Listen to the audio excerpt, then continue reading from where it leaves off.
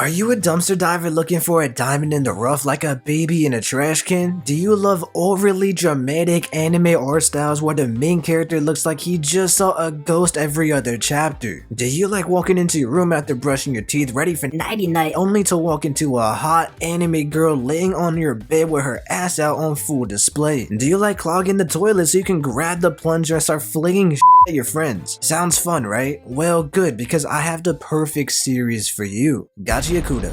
My goal today is to convince you to read Gachiakuta, and I'm optimistic that if you stay tuned to the very end, that might just happen. The creator of Gachiakuta was previously an assistant for Fire Force, and you can definitely see the inspiration in this series.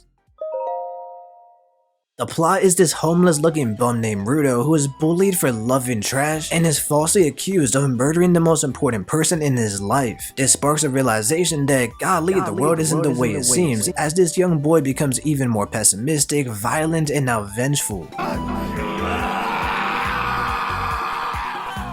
And this is a revenge story, and I hope this maintains this way, or the rage at least channels into some other motivation without forgetting about these feelings. Rudo vows to learn as much as he can about the sky people of this world, the people who are up above. Why do they use this abyss as a dump disposal? Who killed the closest thing that he had to a role model and a father figure? He vows to expose the lies, corruption, show the rest of the world the truth. And during the journey, there's plenty of evil villain groups with super masochists who get a bonus from getting kicked in the balls hard enough. Nice to meet you. This is going to sound a lot worse than what it is, but the setting of Gachiakuta is a literal hole. Now that might not sound appealing, and it wasn't at first. You see, as time went on, I started to think of this less of a smelly, duty-infested garbage dump. This Wally world, and no, I don't mean Wally world, I mean Wally. This initially gave me flashbacks to my childhood sitting in the theaters to what is to this day the most boring opening sequence of a movie, with Wally moving bricks of and in this lifeless, mundane dump of a world. Luckily, and I'm so thankful for this, I started to quickly understand that this was all more of a biohazardous, chemically infested, poisonous, semi-apocalyptic world. You have these giant Horizon Zero Dawn-esque creatures,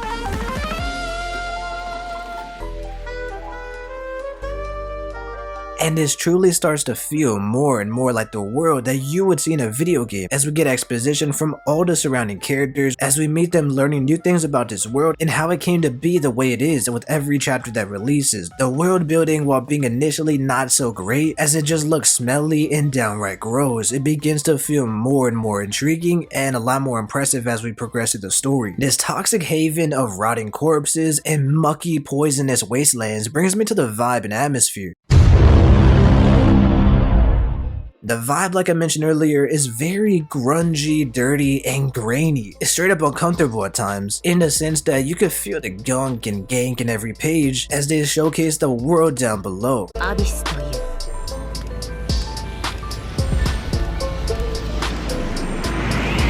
A very drastic shift in rich versus poor, clean versus dirty, a literal upper class and lower class for people who live below. There's a feeling of crime, like you need to constantly be watching your back from the very beginning. And all of this comes together to feed you a feeling of teenage angst, discovering the harsh reality of the world.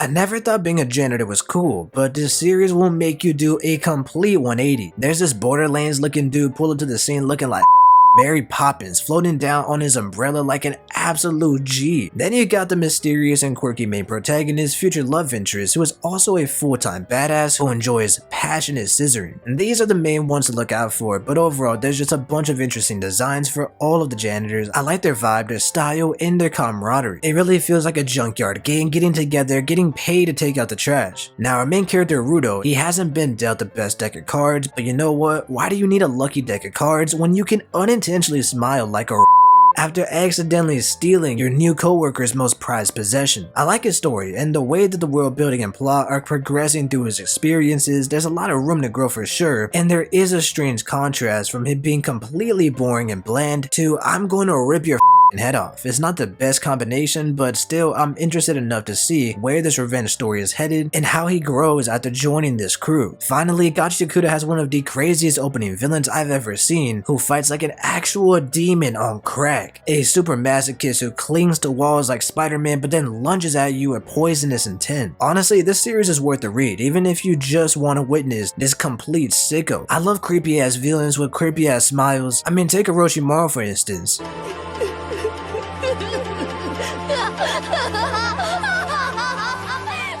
These villains are usually the best because you know if you were 12 years old and you saw these guys in real life, you would yourself in an instant. The power system, it isn't Nen, but seriously we have to stop comparing every anime and manga to the power system that brought us bungee gum. The ball is stuck! Bungee gum contains the properties of both rubber and gum, you see. Anyways, Gachiakuta's power system revolves around literally any physical object. Have you ever had a stuffed toy that you love so much that you would squeeze it so hard that its pillowy polyester guts shot out? Well, me neither, but imagine you did and you truly love this bear so much, more than your girlfriend because you don't have one. Over the years, this bond becomes unrivaled, and then one day, your stuffed bear becomes a giant life-size grizzly bear. Yes, this power system revolves around turning these mundane objects like scissors or even simple gloves into destructive, powerful weapons. This chick uses scissors in ways that you couldn't even begin to imagine. And Gachiakuta surprises with how basic the power system is, but sets up a pretty much unlimited potential for creativity here. I've always loved these kind of power systems that allow creative minds to flex their huge Modoc-sized brains in exciting and unpredictable ways. If you share this sentiment, Gachiakuta is definitely for you. Moving on, I can't wait to tell you about arguably the most important aspect of Gachiakuta, and that is the art style. Art in manga is always important, but Gachiakuta from the jump reminds you just how important art can be. And good art can carry a series to the point where you don't even need to read the words to still be entertained. And the main strength for this series comes from its insane and ridiculous facial expressions. One reason why I always loved anime and manga is because of just how over the top the art can be. I often like to think about absurd, psychotic scenes where you feel the main character is having a life-changing and traumatizing moment. Or what about a Naruto where a character is so genjutsu mindfuck that you see these huge glaring eyes with a fish lens angle. Here we get physics like eyes popping out, and I'm talking as zany and wild as you can get. It's almost comical how many times the main character looks like he was just a witness to Jesus walking on water. He looks like he's going completely batshit insane, and then there's downright goofiness. I love the art because there's no holding back here. You can tell the creator is just having as much fun as he wants with this series, and by proxy, so am I. The designs of the characters just seem to get better and better, but seriously, if this video hasn't convinced you to read the series, just Google Gachiakuta crazy art or Gachiakuta best panels. At the end of the day, Gachiakuta, it makes me want to take a shower. And so you should read this series so you can finally take one too, you smelly f***.